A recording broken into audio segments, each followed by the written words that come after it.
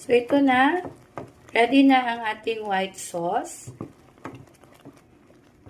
Na-melt na ang ating. So, init na. Ilagay natin ang ating butter.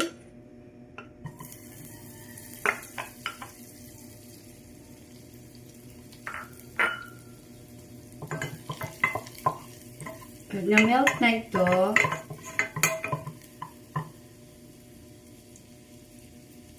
so, melted na ang ating butter. Ilagay natin ang konting all-purpose flour para pampalapot ito. Kunti lang.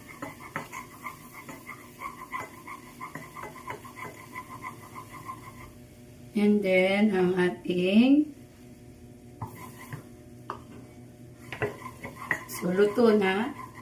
Ilagay ang ating evaporated milk. Mga 1/4 cup lang. Hindi nga umabot. Okay. Kunti lang.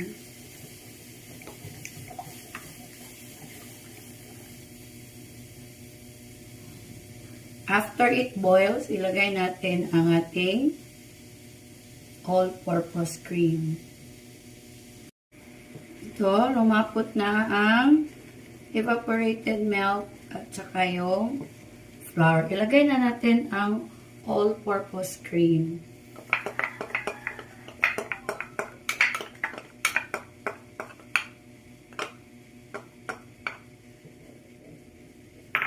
At ang ating grated Edam cheese. Mas maraming cheese, mas masarap.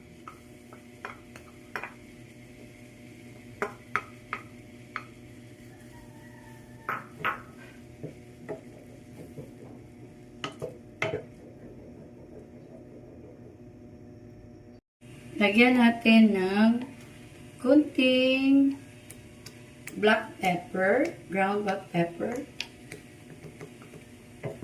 at kunting salt, pinch of salt. So, kailangan ma-dissolve yung cheese.